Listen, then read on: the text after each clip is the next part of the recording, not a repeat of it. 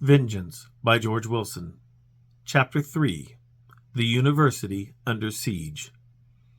As you may well have guessed, there was more to the secrets of Hank Michaels than just the unfortunate Jody Ewell. At Bluffs University, once the word broke of the death of him and his illegitimate love interest, information about just how many people might have been involved with him spread faster than a clever metaphor, and the internal investigations over how all this could have gone on under the administration's noses continued long after my case was solved. Fingers were pointed, policies were rewritten, and even a few teachers who knew something about what he was doing were forced to resign over it. You see, Bluffs University was the pride and joy of the town, and its primary source of income. The architecture was new but in a classic style with a full range of classes across the expansive campus, complete with modern dorms, a library which doubled as the town library, top-notch laboratories equipped to handle any scientific discipline, a complete music department with dozens of individual practice rooms, larger group rehearsal spaces, and 2 performance spaces, one of which was a fully equipped theater used also by the drama department for its plays and musicals. The landscape was always well manicured and maintained to the point that most pictures of Bluffs focused on either the campus or the mountains behind it. All of this made the university one of the premier colleges in this area of Colorado, and the target of those who were close so that they could stay close to home. It also made the administration fiercely protective of its reputation, and something like this definitely didn't sit well with them. Across the campus, there were a variety of conversations centering around the death of Professor Michaels and those who had been involved with him at one time or another, all of which the administration did their best to prevent from leaking to the surrounding media outlets. Bluffs did have a local newspaper, but the staff there understood the vital nature of the university, and so they were quite unwilling to report on anything that might damage its image. For the local campus conversations, I'll only include the relevant ones that I heard about here. The first was between a couple of 20-year-old kids in love by the names of Scott Owen and Jenny Thurman, who were no different from any other college sophomores. Scott was here for a law degree, and was happy to feel like he was out on his own for the first time. Jenny wanted to stay close to home as she sorted out what she wanted to do. She had settled on a sociology degree, and was looking forward to a life of helping people. The two found each other and were extraordinarily happy in their relationship. On this morning, Scott was running across the lawns toward Jenny to talk about his thoughts over what had happened and to see what she thought. She was walking with a friend of hers at the time, so he wasn't sure if she had heard about it or not. He had no worries about the news, since neither of them knew Jody, nor did either of them have Professor Michaels as a teacher. "Hey, there you are," he said as he reached her. She waved goodbye to her friend and gave him her attention. "Did you hear about Professor Michaels?" "Hear what?" she asked with the sort of disinterested curiosity one might have for a stranger. "You know he got whacked last night with Jody Ewell in his house?" he asked with probably too much enthusiasm. "The Board of Regents is pissed." The color drained from Jenny's face, and she looked like she was going to vomit. She stared at the ground in shock, searching for a way to respond to the news. "I heard something about his class being suspended," she said in a hollow voice. "But they never told us why. I really didn't pay attention. Oh my God." "I wonder if there'll be an investigation," he continued, ignoring her sudden pallor. "That'd be cool, huh? Get everyone in a courtroom or something? I wonder if they'll let the law students ask any questions. I'd love to get in on that." "You don't think they'll—" Jenny started. She looked away from him, and he finally noticed how disturbed she looked. "Hey, what's wrong?" he asked innocently. He didn't think he had crossed a line. Jenny had never mentioned Professor Michaels before, so he could not sort out what about this would have disturbed her to this extent. He knew she tended to be a little overly empathetic, and while she often felt for people in difficult situations, it was never to this degree. She shook her head, avoiding his inquiry, tears coming to her eyes. "I just can't believe it," she said through a broken voice. "What?" he asked. He looked at her, and she looked like she was going to break down. "Oh, God," she muttered. He didn't appreciate where this was going. "What, did you like him or something?" he asked, anger involuntarily coming through. He knew he had a bit of a temper on him, and this was not necessarily the best time for it. She shook her head again, tears running down her face. The thought hit him, but he could hardly believe the idea of it. Ginny just didn't seem the type, so maybe she wasn't who he thought she was. You didn't, he ventured disbelievingly. Jenny knew what he was saying, and she couldn't deny it. At the same time, she couldn't say it either. Scott understood what was unspoken, however, and he erupted. "When the hell did this happen?" he bellowed. "Scott, it's nothing," she assured him. "Like hell it is," he carried on. "How long has this been going on?" Jenny couldn't hold her composure any longer. She turned and walked away from him. "Nothing happened," she said. "Then why are you acting this way?" he asked, following her.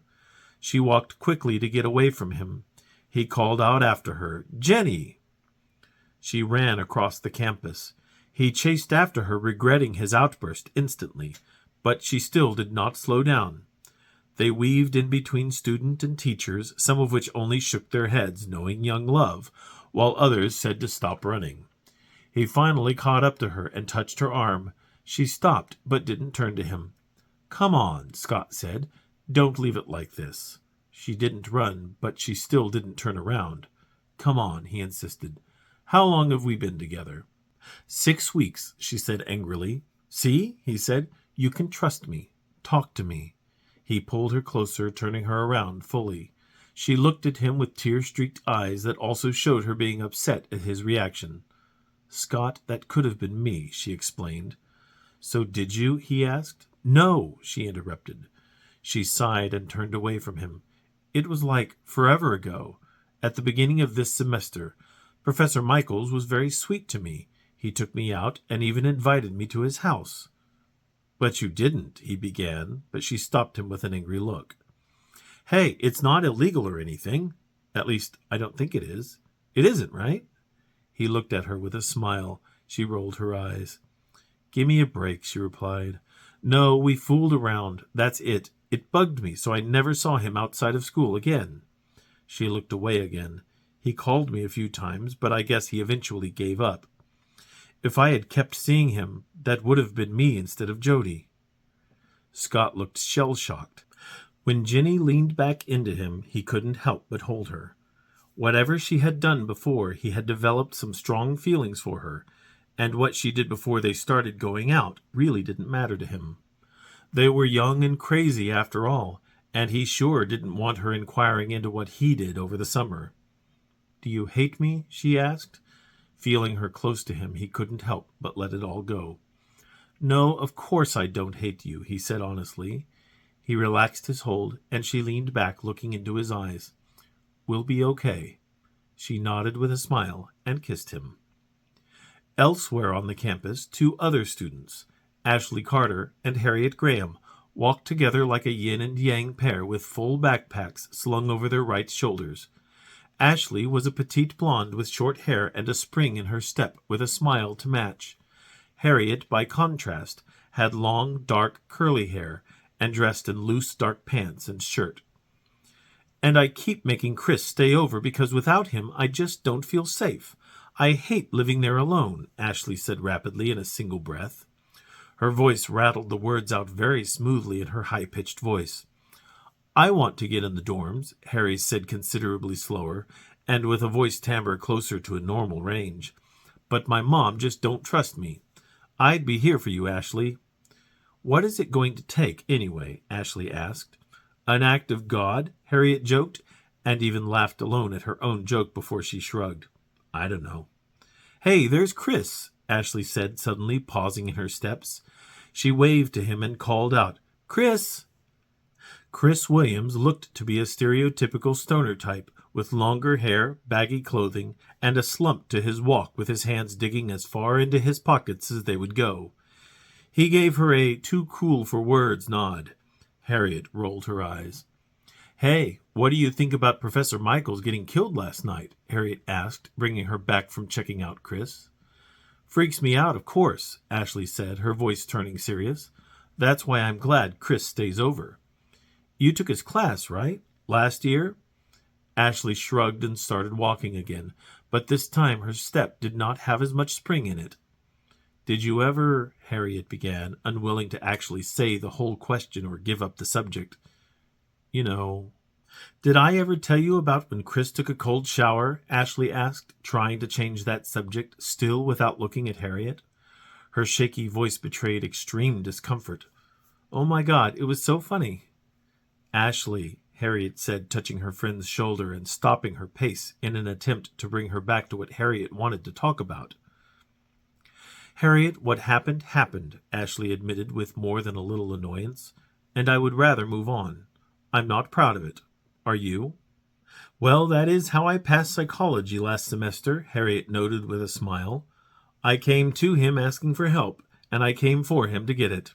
It was fun for a few weeks, anyway. A few weeks? Ashley said in astonishment. It was a good summer vacation. What can I say? He even posed for me a few times. I ever show you the pictures I drew? That's okay, Ashley replied, shaking her head and waving off the offer as she walked onward. Well, they're at home, Harriet continued, catching up to her.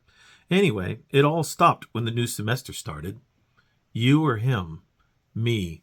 That old guy was a horn dog. He probably just moved on to someone else. They reached the steps to their building and climbed them side by side. So I hear you're seeing Brandon erstwhile, Ashley said in an attempt to bring the mood back up. How's he? Brandon? Harriet said with a wide, mischievous grin. He's the reason Mom don't trust me. They laughed as they disappeared into the throng of students entering the Fine Arts building.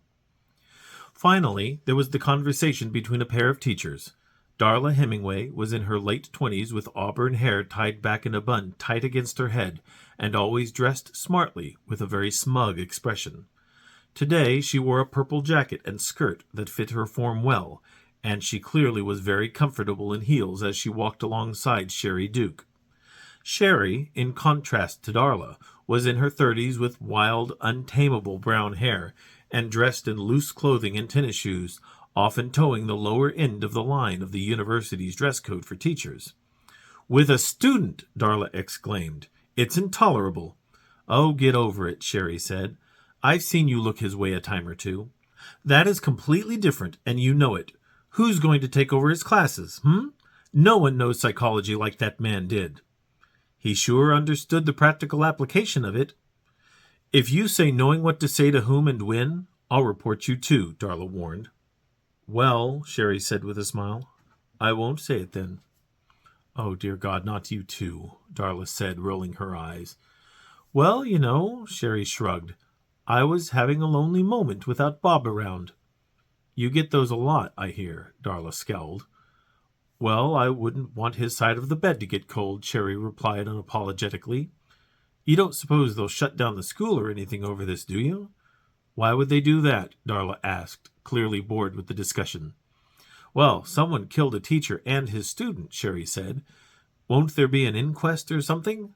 Maybe, Darla noted, but it's not worth shutting down the school. He wasn't worth much of anything, if you ask me. I liked my time with him, Sherry mused. Didn't need to hear that, Darla sighed. Don't worry, Darla, Sherry said. I know he always preferred the younger meat. You've got one sick mind, Sherry, Darla told her as they entered the administration building. Of course, it goes without saying that the topic of Professor Michaels and his legion of women made up the primary topic of the day, though few would actually admit to being with him. I had my own list, but someone like him doesn't write down every person he has ever been with. So I presumed this list was simply the ones he liked enough to want to see again rather than the actual one-night stands that he simply forgot about as soon as they left the room, if not before. Later that day, Darla Hemingway and Sherry Duke found themselves in the lounge with two other teachers during their lunch periods, Anna Brinkley and Colette Porter. Their dress fell somewhere between the extremes of Darla and Sherry, with simple trousers-blouse combinations.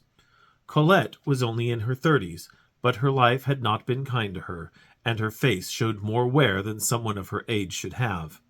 Her one and only husband had beat her into submission somewhere on the East Coast, and she conducted the entire divorce through a lawyer with no contact with her ex-husband. She moved to Colorado with whatever she had on her, and started a new life away from everything she had before. She rarely said more than that about her former life, and everyone respected that. Anna, by contrast, was from Bluffs and only in her late 20s. She was very idealistic and just hadn't met the right guy yet. She was the type that looked younger than her age and seemed to be the prime sort of target for people like Hank, who loved his pretty girls. Of course, the cross hanging from Anna's neck and her being the head of the campus Christian organization might have put a damper on those possibilities, though Darla had known more than a few wild children to be in that group.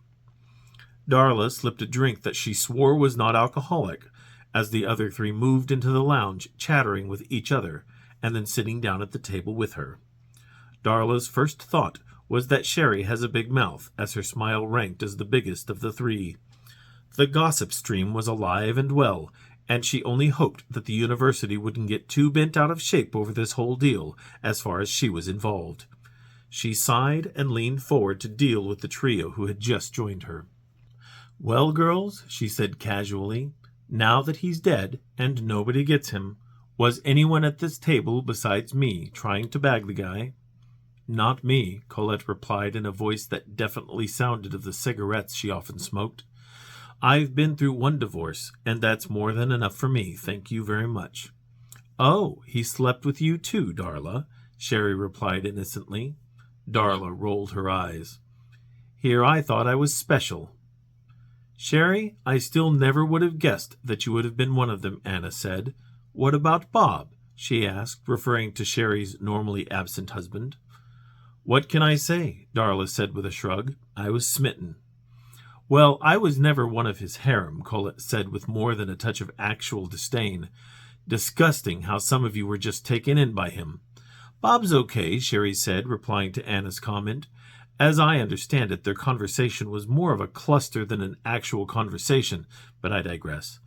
"But he's always away," Sherry continued. "I had to find someone to fill my time, and another married man is just convenient. Neither of us was interested in commitment or talking about it." "There's no denying he was handsome," Anna said. "He may have been handsome," Darla said, "but he was a bastard." "Well, that goes without saying," Colette said. "All men are bastards." "He may have been a two-timer and all, not that I'm one to talk," Sherry shrugged, "but I got what I needed out of him at the time." "Still, we should have a little respect for the dead," Anna said, "especially the way he died. So terrible." "I don't think so," Darla said coldly. "I, for one, am glad he's dead." The others gasped, as if she'd given a full confession, and stared at her, gape-mouthed. Darla was unmoved by their surprise. "You can't be serious," Anna said. "I thought you liked him." "I am serious," Darla said. "That man was a no-good, two-timing son of a bitch who deserved to die. Whoever offed him deserves a Nobel Prize or something for ridding the world of that scoundrel." "Darla, you'd better not let the police hear you talking like that when they come by," Sherry warned, lowering her voice a touch as if I had decided to listen at their door. "And you know they will," Colette said. "They might even say you did it." Darla scoffed. "Wouldn't that have been nice?" Darla said. "I wish I had thought of it. I wouldn't have just hidden it either. I would have displayed the bloody knife in my office and let the women that he screwed know that one more predator was off the streets, and they were safe from his ways." "Come on, Darla," Anna said doubtfully. "No, you come on," Darla said. "He screwed me in more ways than one, and I was fed up. I'm telling you that if I had done it, I would have admitted it. I doubt anyone would have cared. Frankly, I think his wife did it." Another teacher walked into the lounge, breaking up the conversation, since no one was interested in hearing any more of this. "Well, this is enough excitement for me," Darla said, standing. "I gotta get to class." She walked away from them, their mouths still open in surprise. She was more interested in trying not to think about it. The rest of the day was actually pretty standard at the school. Anyone who was upset or disturbed by the death of Professor Michaels was excused from classes, which meant that half the school stayed home, including those who never had Michaels as a teacher, curiously. As day faded into night, the students and faculty disappeared from the campus proper, and the dorms lit up little by little until the lights started going out as the moon rose higher.